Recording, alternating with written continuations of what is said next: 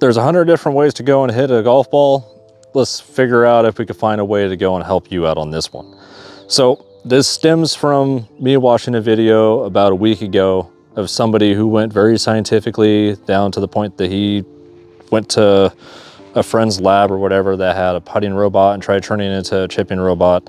And he was basically trying to explain how the pros get a perfect chip in and stuff, and that all these other methods completely ruined his game, that he couldn't figure it out. He came up with the most complicated version I've ever seen of a chip.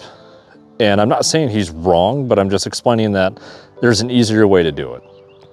So we're not talking about what Phil Mickelson does, where he stays more behind the ball and has stiffer hands, or you have Fred Couples, which practices swinging one-handed, giving it a real flippy motion through it, or Tiger Woods, where it's a lot more neutral. I'm gonna bring up Mr. Short Game on this one. So Mr. Short Game actually has a pretty good explanation of how to create a very consistent basic chip shot.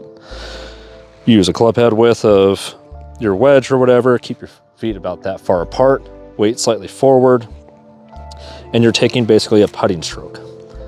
That is a very good way to create a very bare basic chip shot that is a lot more consistent.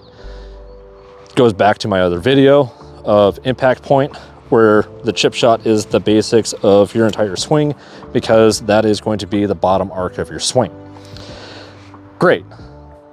But back to that same video, you are manipulating your actual swing to try to create a chip shot. Now, the reason that I bring up the guy that was trying to do it scientifically is his idea is you have to come steep and come flat. So steep is coming down, flat is coming through and across. How do you do both of that to go and create a pretty consistent shot? Well, let's go back to the impact point of your game.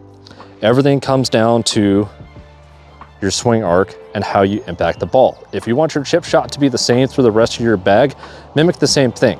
So the putting style chip is great for very basic consistency, to be able to give you a good accurate feel, and you just keep opening up that width to accommodate that point. Downside to it is, yes, you're not flattening out your swing, which could be scooping underneath it a little bit, which gives you a little bit cleaner turf interaction.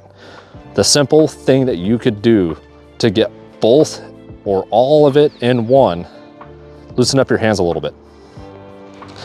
When you do your swing, you don't need to death grip and be so strong through your entire swing. Let that club wiggle. If you have to, and you get the feeling of address and taking your backswing, let the club kind of like lag and stay there for a second. When the club comes up to the top, let it wiggle just a little bit. Do it in your chip shots. It's gonna keep the club on a flat swing plane, because that's what your hands and body are doing. But the club having that slight wiggle is actually giving you that steepness into it. And that's gonna give you a nice little good whip into it. That's gonna help you get the ball up. It's gonna help you generate some spin. Just note that if you're trying to get a bump and run or something, you're just trying to carry the distance, a bigger backswing and a shorter follow through could do that. It's gonna look something like this.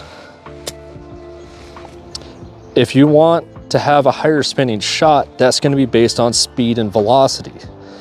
So this is where I am gonna address Phil Mickelson and talking about, you need to have a shorter backswing and come through faster and aggressive. Keep the club face in line and towards the sky, because it's going to give it the most interaction with the grooves, which is going to benefit you more so in the long run. That's how you actually could create a consistent impact point, a consistent chip, and it's going to allow you to benefit on all of that. If you're just trying to carry it a small amount of distance, that's where you could do the putting stroke. If you're like right here in the rough to the collar of the green, or the fringe, or whatever you want to call it, it's a collar.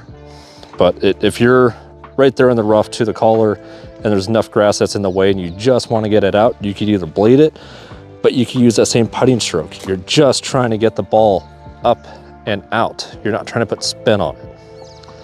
So in short, you want to create a consistent, spinny, but yet a controllable, repeatable swing for your chip that's going to mimic everything through your game.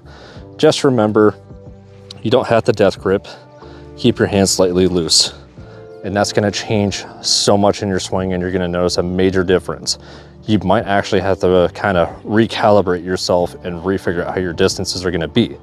Ultimately, you wanna get that point of feel that you're trying to toss the ball to the area that you want. And that's just a very simple feel and motion of, I want it to go there. So I'm gonna do that same mimicking action essentially with my right hand. I want it to go there. That's just to get the point across. So if you agree, disagree, you have any questions on how I explained it because I didn't explain it well enough, whatever, leave a comment down below. If this helps you, great, I'd like to hear about it. Please like and subscribe if you want to see more like this. Keep it in the fairway. Have a good one.